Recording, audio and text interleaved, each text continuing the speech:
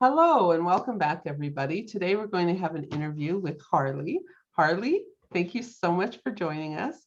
Harlee worked with me as an intern earlier this year, and we had a fantastic time together and really enjoyed it. And I wanted her to come back so she could share with us some of her choices in terms of schooling and her experiences to help all of you have an idea of which direction to take in terms of your education to become an interpreter.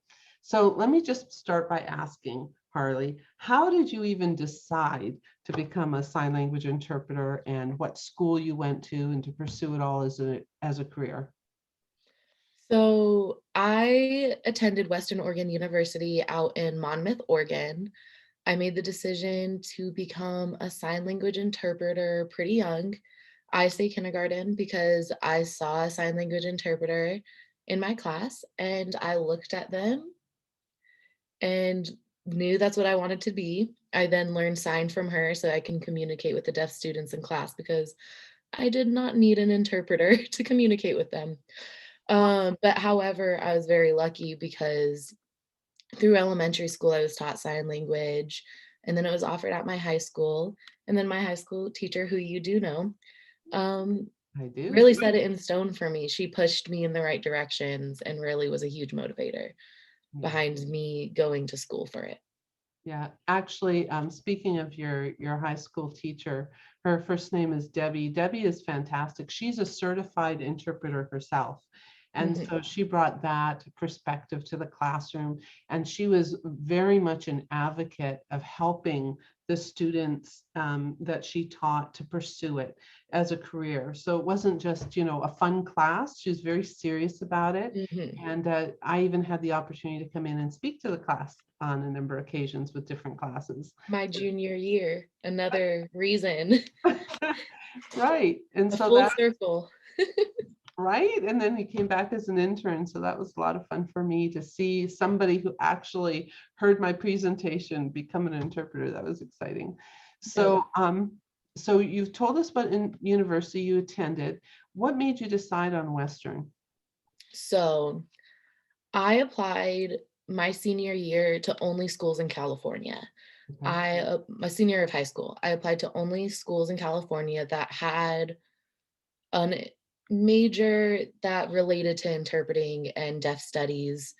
My number one being Northridge, Mhm. down in Southern California, but unfortunately I was denied from there and kind of looked through my list of schools and made the decision I wanted to go to community college first. And during this time, I had a family friend reach out to my mother and tell them about Western Oregon University, and brought up that they had an ASL English interpreting program. So then did my research and found out they're one of the top in the country. They are. And I was lucky enough to be able to tour summer after my senior year of high school. And it was a small campus that had friendly students and staff who made sure you knew where you were going and they checked in on you. And that day I walked onto that campus, I knew that's where I wanted to go. So a couple months later, I applied before their fall term and came as a sophomore. Excellent. Excellent.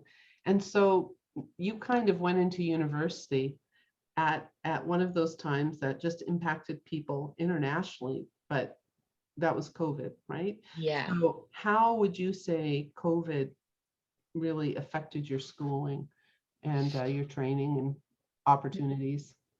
So COVID didn't happen until my first year in the program as the interpreting training program because at Western, they just restructured their program. So it's now 4 years, but originally our program was 2 years. Um, You come in and you do what would be known in California as general ed. You do LACCs, which is just the basic structure of academics. And then you do all the prerequisites for the program. And then you do an process, and I was accepted. mhm. So I did my fall term in person, and it was amazing. It was wonderful. Did my second term, which would have been winter term, in person. Great, awesome. In the last 2 weeks of that term, we slowly couldn't do anything. We actually found out that everything was going to be virtual on our spring break, which became very scary. It's a program that's supposed to be super hands-on. You're learning right next to your peers and in front of your professor. You're doing this in-person work. You're checking in every other day, if not daily, going virtually. And it impacted me greatly. I really think that it caused a great lack of confidence in myself and my skill. A huge sign of that was imposter syndrome. Gail worked with me on that a lot. But it also led me to my research that I'm actually doing now. So COVID impacted me in a lot of negative ways, but there is a silver lining of it. Right, right. And so obviously you worked with me as an intern and we had a blast. I mean, we really enjoyed ourselves. A But little too much. I know it's like, it's not supposed to be this much fun, is it? I don't know, but we did have a good time. But during that time period, would you say you had any aha moments? And how would you say that those affected you or impacted you after that? I had a few aha moments. One of my first aha moments was during a speech therapy type class. And Mhm, I'm not one for deaf students doing speech therapy, oralism, all that, it's controversial. mhm, But during that class, it really clicked on structure, grammar, and what you needed to put out there and what's important. A huge thing that I learned through internship that's kind of the aha is how to get to the meat of the message, like the meaning. And I learned very quickly, part of my aha moment is like what's important to relay to the student versus what is just filler that you don't necessarily need. But other aha moments would always come when I noticed I could see Gail on my screen when we teamed sometimes. A lot of aha moments usually came after I saw her smile, and then I realized that I did something right because I always felt like I was doing wrong and not leading the students on the path of success. But other aha moments were like when the students would actually speak in class, and they rarely did that. Those moments warmed me so much because they were participating and they never participated. And it was just the fact that I didn't jump out of my chair some of those days surprises me still. right. It's exhilarating when that happens, truly. Yeah, I agree. Yeah, okay. So now you've challenged yourself even further because you're in the accelerated 15-month master's program there at Western. And I'm wondering, how is that going for you other than you probably don't have time to sleep currently? Yes. The master's program at WU, the MAIS at WU, amazing. They have 3 different paths that you can take, and I'm taking the action research, which Mhm, means that I'm evaluating my own work, which is super important after coming out of the program I just came out of, mhm, which set me up for success, but also with my lack of confidence and skill, this allowed me to really dig deep into my work and find what I need to do to connect deeper with my process and become a certified educational interpreter because Gail led me to that area and it's actually something that I'm super interested in. Um, it's actually going good. Everyone in the program feels like they're drowning at points and they feel like they're behind, or you're perfectly fine, but you still feel behind because it's self-paced. It is wonderful. It offers a lot of different certificates that I can um, get and achieve by taking some courses. I'm a recipient of the OSEP grant for educational interpreters. So I do have some financial aid as long as I do some work in the educational field in the future, which I definitely will. mhm. Otherwise, it is great. It's a good next step for any interpreter or interpreting student who is looking to get better with their skill, more comfortable with their skill, understanding their process and everything about them a little bit more. Mhm. Good, good. You know, I'm really happy to hear that you decided going into educational interpreting because it is definitely something that is, you know, very close to my heart. I started in it kind of by accident years ago.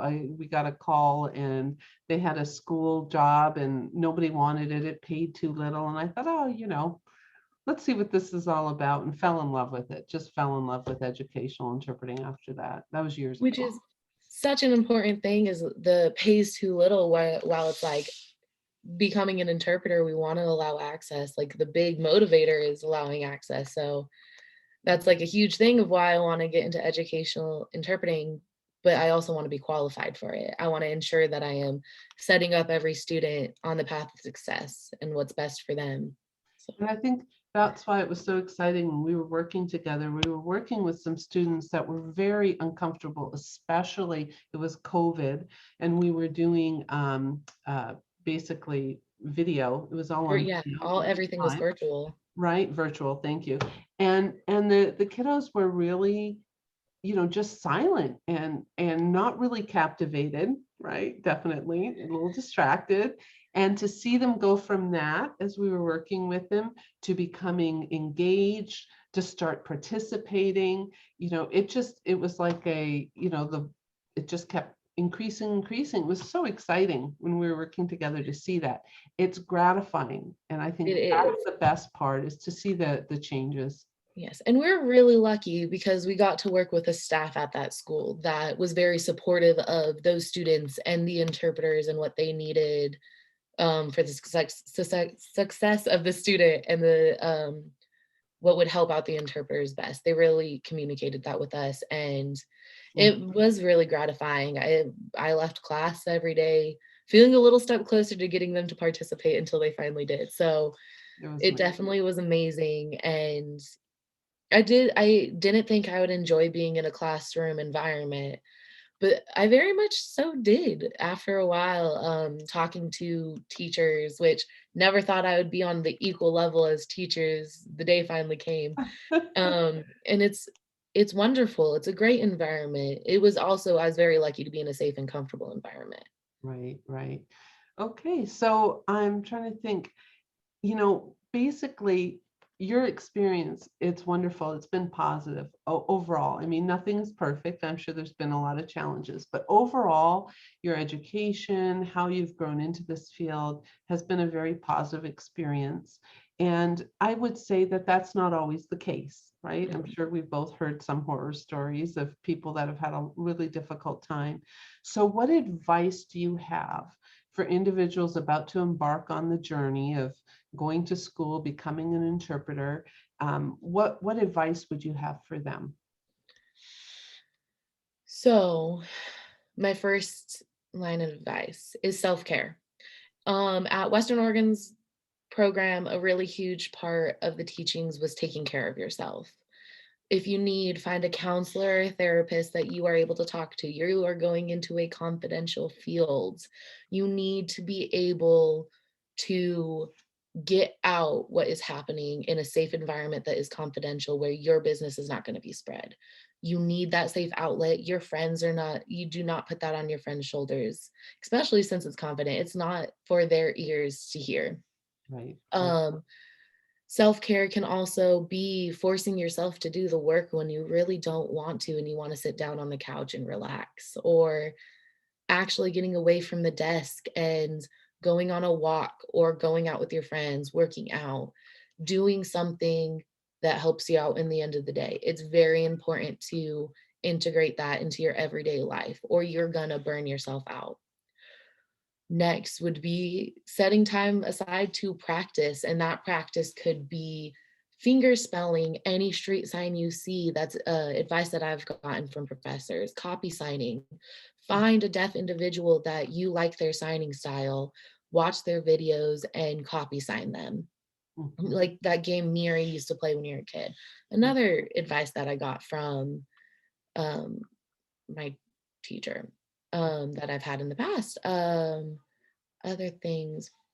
I like keeping lists of words that slip my mind a lot. Mhm. As it's a big thing that I struggle with is I lose vocab words. They pop out of my head and then I have to reach out and find them and pluck them back into my brain. I Well, keep a list and I always kind of practice. Those are really good. And making sure you find the program that fits best with you. There is a ton across the country. I didn't think there were as many as there were. I've met so many people who've gone to so many different ITPs. Find the one that's best for you. Really do your research. I was very lucky, and I actually was part of this one of the smallest cohorts at Western Oregon University, and I would not change it for anything. I had 15 people in my group, and that meant we had a lot of focus time with our professors. Um, Lastly, remember that you are working and serving a community that you are not, unless you are a coda and been brought up in it, you are not naturally a part of. You're entering their space, you are using their language, you are, as some people say it, profiting off of someone else's culture. You need to be respectful of that culture. You need to work alongside them, let them be the leaders and the advocates. As being an ally, you need to let them take the lead. You need to hear their ideas. You need to put that into your work. Make sure you're volunteering and working alongside them. mhm. So that's another thing that's really important if you really want to take this journey, is that this isn't a journey you just get to take by yourself. You are working with a community who deserves the respect from Oh, you. well put, well said. So, Yeah, I appreciate that. Thank you for sharing that with us. And thank you, in fact, for sharing all of your experiences with us. We're really grateful to have you. And maybe down the road, after your certification, you can come back and tell us all about that journey. hopefully. For sure. It will for For sure sure. happen. Manifesting positive energy. There you go. All right. Thank you. Thank Bye-bye.